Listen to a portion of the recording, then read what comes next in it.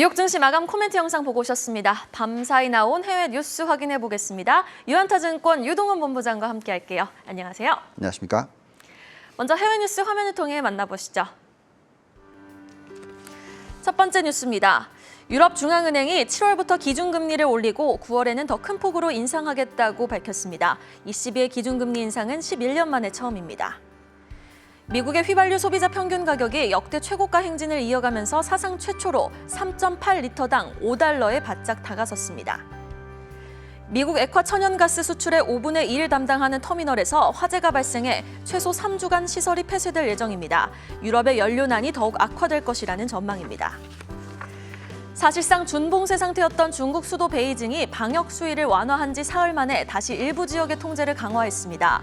상하이시도 일부 구가 이번 주말 모든 주민을 대상으로 코로나 검사에 나설 예정입니다.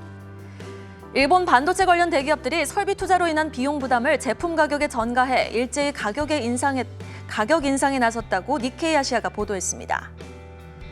미국 제약회사 모더나가 기존의 코로나 바이러스는 물론 오미크론 변이에도 강한 새 백신의 시험 결과를 내놨습니다. 모더나사는 올 가을 부스터샷으로 사용되는 것이 목표라고 밝혔습니다. 자, 첫 번째 뉴스는요. 무섭게 치솟는 기름값입니다. 요즘 미국에선 워낙 기름값이 비싸다 보니 뉴스 프로그램에 주유소 기름값 아끼는 법이 기사거리로 다뤄진다고 하는데요. 미국인들의 체감 물가가 심각한 수준인 것 같습니다. 휘발유값 도대체 얼마나 오른 건가요? 네. 자, 계속해서 물가 상승에 대한 뉴스가 나오고 있습니다. 말씀하신 대로 미국 휘발유 가격이 소비자 평균 가격이 최고가 행진을 이어가고 있는 가운데서 사상 최초로 1갤런 3.8리터당 $5 수준까지 상승하는 모습을 보여주고 있습니다. 자, 8일 날 미국 자동차 협회에 따르면 미국 전역 휘발유 소비자 평균 가격이 1갤런당 $4.955를 기록했다라고 얘기가 나오고 있습니다. 이는 전달 대비 0.64달러, 약 61%나 오르는 그런 모습을 보여주고 있습니다. 자, 이는 지금 미국 전국의 평균치이고요. 이미 벌써 미국 내 최소 10개 주에서 $5가 넘는 수준의 휘발유 가격이 지금 나오고 있습니다. 가장 가격이 비싼 주가 캘리포니아 주인데요. $6를 넘겼고 일부 카운트에서는 7.79달러도 나오고 있다. 이런 얘기가 나오고 있습니다. 자, 이렇게 미국 휘발유 가격이 러시아와 우크라이나의 이런 전쟁 이슈 때문에 갤런당 $4를 지난 3월 14년 만에 뚫고 올라간 이후에 계속해서 올라가서 지금 $5 수준까지 올라와 있는 상황입니다. 여기에 여기에 더해서 지금 LNG 수출의 5분의 1을 담당하고 있는 미국 프리포트 터미널에서 화재가 발생을 해서 아무래도 가뜩이나 지금 러시아산 이 가스 공급 불확실성이 나타나고 있는 이 유럽의 연료난이 크게 더욱 악화될 거라는 뉴스도 나오고 있습니다. 9일 날 미국 텍사스주 프리포트 LNG 수출 시설에서 지금 화재가 발생한 이후에 앞으로 3주 정도 시설이 폐쇄될 예정이다라는 얘기까지 나오고 있습니다. 지금 미국은 호주, 카타르와 더불어서 세계 최대의 LNG 수출국 중에 하나로 좀 부상을 했습니다. 올해 들어서 4개월간 이 자국에서 생산한 LNG가 거의 4분의 3을 유럽에 수출을 하고 있는 그런 상황이 되겠습니다.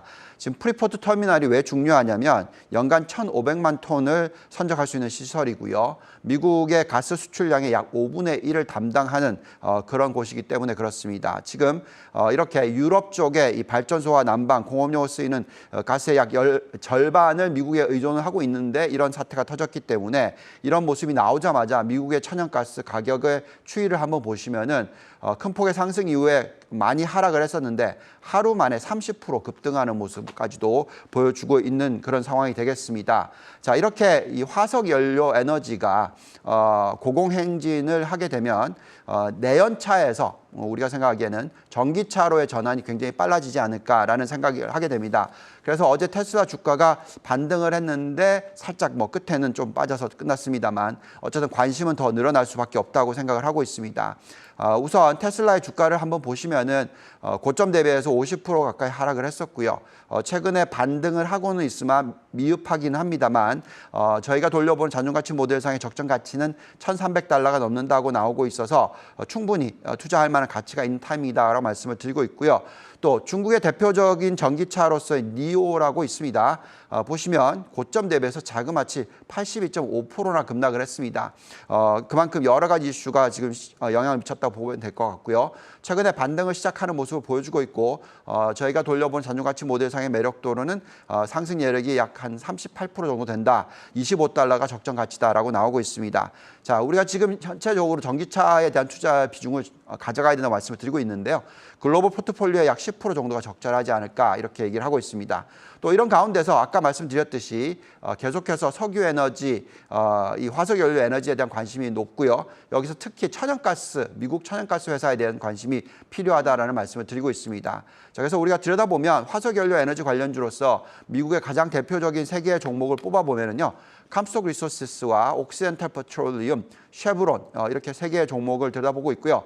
상승률이 굉장히 높고 지금 자기자본 이익률이 굉장히 높게 올라가고 있기 때문에 이런 쪽에 관심을 두시고 글로벌 포트폴리오에 있어서는 약 10% 정도를 이런 쪽에 할애하시는 것이 좋다 말씀드리고 있습니다.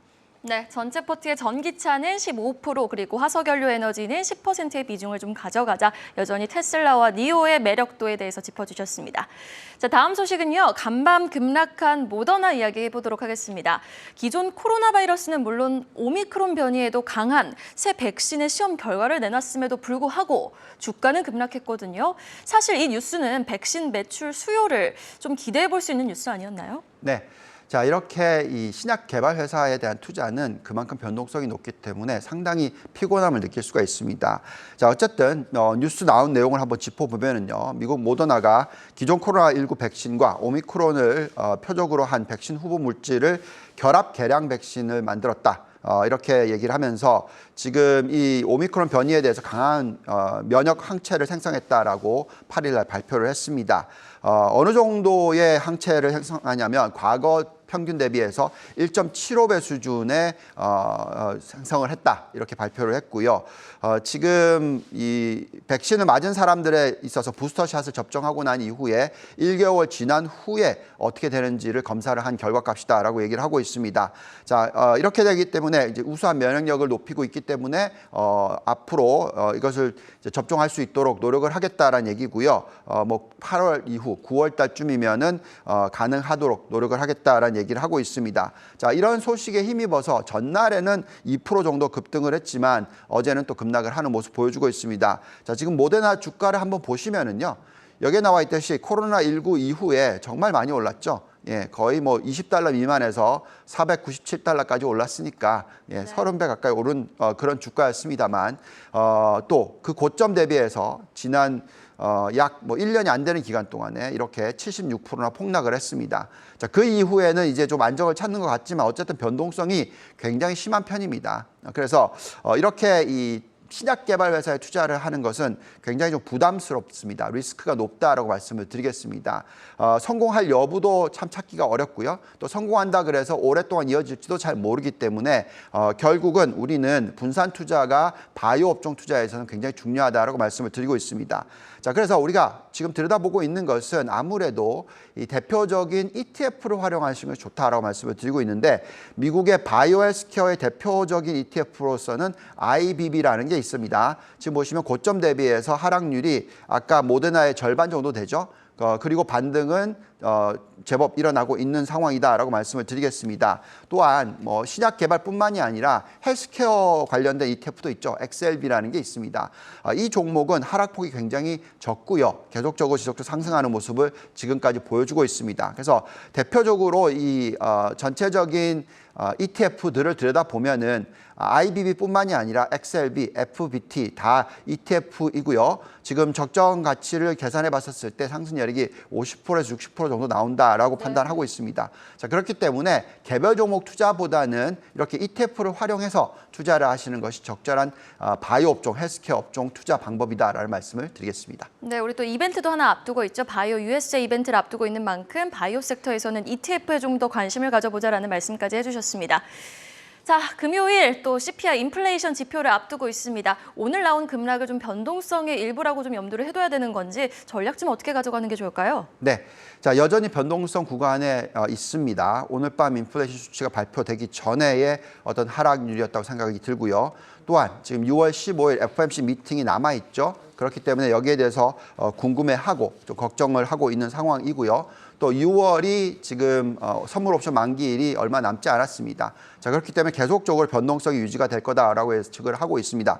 그렇지만 짧게는 6월 15일까지, 길게는 9월 22일까지의 어떤 변동성이다라고 얘기를 하고 있고요. 자, 그 이유는 여기에 있듯이 인플레이션 전망치가 고점 위를 찍고 나서 앞으로 하향 조정이 될 거다라고 예측이 되고 있고요. 올해 연말까지는 3에서 3.5% 시대, 내년에는 2.5에서 3% 시대가 도래할 것이다라고 예측을 하고 있습니다. 어쨌든 이런 가운데서 우리가 중요한 것은 종목 선별입니다. 계속해서 알파 전략, 종목을 선별하는 전략을 펴시는 것이 중요하다는 말씀을 드리겠습니다. 6월에서 9월까지는 변동성 염두에 두자 알파 전략이 유효하다라는 말씀 다시 한번 이번 주에 또 유념하자라고 말씀해 주셨습니다. 금요일 글로벌 투자 뉴스 유한타증권 유동원 본부장과 함께 정리해봤습니다. 오늘 말씀 고맙습니다. 감사합니다.